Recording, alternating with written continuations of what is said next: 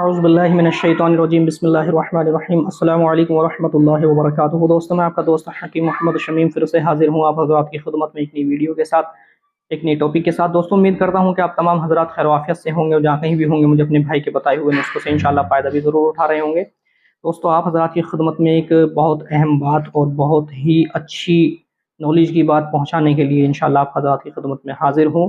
दोस्तों, बहुत सारे हमारे दोस्त, हमारे भाई लिंग की लंबाई मोटाई ना बढ़ने को लेकर के परेशान रहते हैं।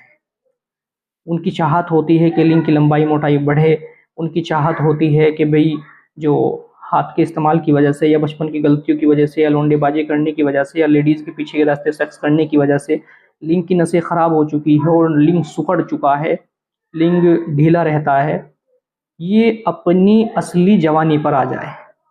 तो दोस्तों, पहली बात तो मैं आप हज़रात की के कुछ कन्फ्यूज़न दूर करना चाहूँगा। बहुत सारे हमारे भाई, हमारे दोस्त बोलते हैं कि जनाब लिंग सिकुड़ के इतना सा रहता है, लिंग सिकुड़ करके इतना सा रहता है। देखो, मैं आप हज़रात को एक चीज़ बताना चाहूँगा कि अगर आप हज़रात का लिंग कभी तो सिकुड़ के इतना सा हो जाता है, कभी सिकुड़ के इतना रहता है और कभी ठीक-ठाक सी लेवल पर आ जाता है, इतना रहता है, कभी ठीक सा हो जाता है, वो इतना हो जाता है। अगर वो स्टैंड होने पर तो फुल साइज़ है, लेकिन बैठने के बाद, सिकुड़ने के बाद वो इतना सा हो जाता है, बिल्कुल 1 इंच। लेकिन अगर ये हमेशा ही 1 इंच के बराबर रहता है, हमेशा ही बैठने के बाद 1 इंच के बराबर रहता है, सर्दी हो, गर्मी हो, बरसात हो, कुछ भी हो, हर हमेशा जब भी बैठता है तो खड़ा होने के बाद बैठता है या नॉर्मल बैठा है, ये सिकुड़ के करके अगर 1 इंच के बराबर होता है, तो फिर तो आपको जो है सोचने की ज़रूरत है, आपको इलाज की ज़रूरत है, आपको दवाई, अद्वियात इस्तेमाल करने की ज़रूरत है। और अगर आपका पेनिस खड़ा होने पे तो फुल साइज़ रहता है, लेकिन बैठने के बाद कभी-कभी तो वो 1 इंच के बराबर हो गया, लेकिन कभी-कभी वो अपने आप ही 2 इंच के बराबर हो गया, कभी-कभी वो ठीक-ठाक सा 2.5 इंच के करीब हो रहा है। तो इसमें घबराने वाली बात आपको नहीं है, क्योंकि आपका पेनिस बिल्कुल ओके है। अगर ऐसा हो रहा है, खड़ा होने पे साइज़ हमेशा जब भी नापा जाता है, साइज़ आप याद रखें, लिंग का साइज़ खड़ा होने के बाद नापा जाता है। कोई कितना भी बड़ा धुरंधर क्यों ना हो, कोई कितना भी बड़ा जो है खाने-पीने वाला या जो है ताकतवर चीज़ें इस्तेमाल करने वाला क्यों ना हो, लिंग का साइज़ हमेशा बैठने के बाद अक्सर कर कभी तो इतना सा और कभी इतना और कभी इतना हमेशा हर किसी का होता है। आप ये मत सोचिए कि मेरा ही हो। अब मैं एक छोटी-सी बात बता रहा हूँ कि आपने क्या किया, आप एक आदमी का लिंग का साइज़ सपोज़ करें 2 आदमी है, दोनों आदमी का लिंग का साइज़ बिल्कुल अपनी-अपनी असली हालत पर ओके है, खड़ा होने के बाद बिल्कुल फिट रहता है।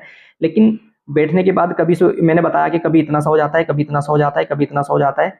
तो अब सपोज़ करें एक आदमी का तो वो इतना सा हो रहा है और एक आदमी का इतना हो रहा है, तो आप जिसका इतना है, वो इतने से वाला उसको देख कर के सोचेगा, "यार, तेरा तो लिंग छोटा है, भई इसको तो बड़ा है।" जबकि ऐसा नहीं है।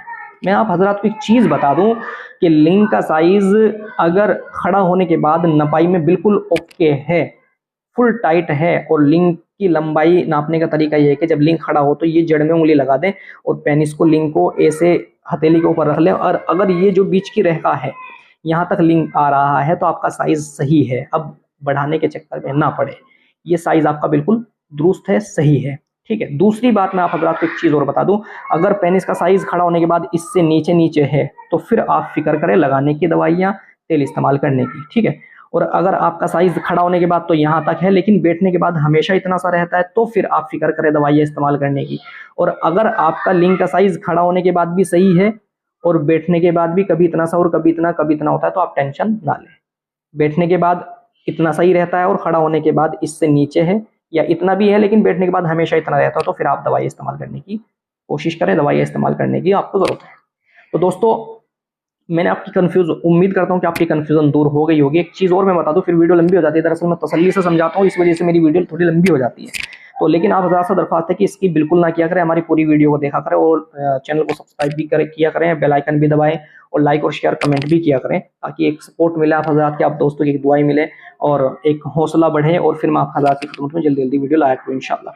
तो दोस्तों, एक चीज़ और मैं आपको बता देना चाहता हूँ, क्या होता है कि आप सर्दी का मौसम है, लिंग सिकुड़ करके सपोज़ करें इतना सा हो रहा है, आप आग के पास बैठ जाएँ या आप कुछ गर्म चीज़ें खा लें या आप गर्माहट के अंदर बैठ जाएँ, तो ऑटोमैटिकली, या फिर आप गर्म पानी से नहा लें, तो ऑटोमैटिकली आपका लिंग ठीक ठाक लेवल पर आ जाएगा।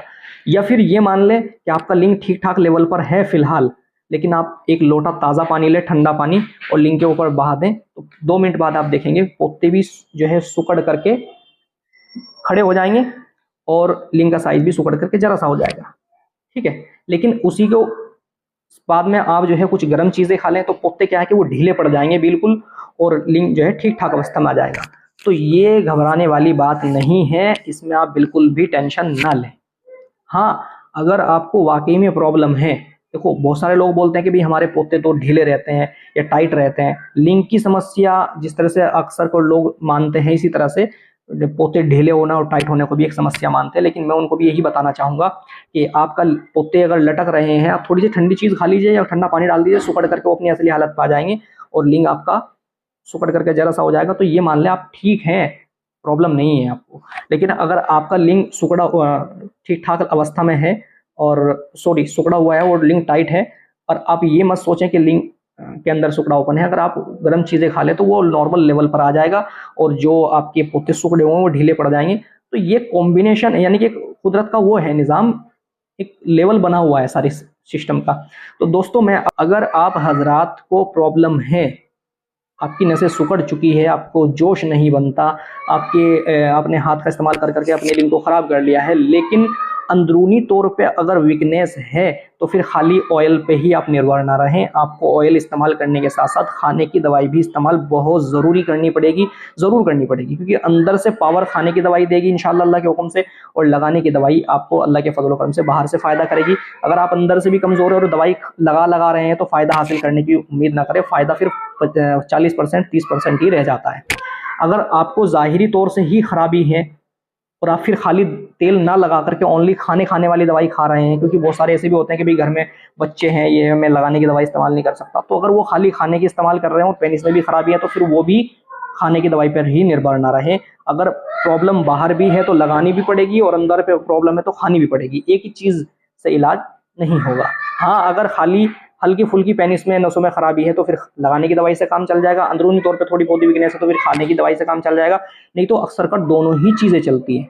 तो मैं आप हज़रात को तसल्ली से इसलिए बता रहा हूँ कि ताकि आप हज़रात अगर खुद भी बना करके कोई चीज़ यूज़ कर रहे हैं तो आप किसी भी तरह से नुकसान ना उठाएं, कि भी पैसा भी लग रहा है, सब चीज़ लग रही है और फ़ायदा हासिल ना हो।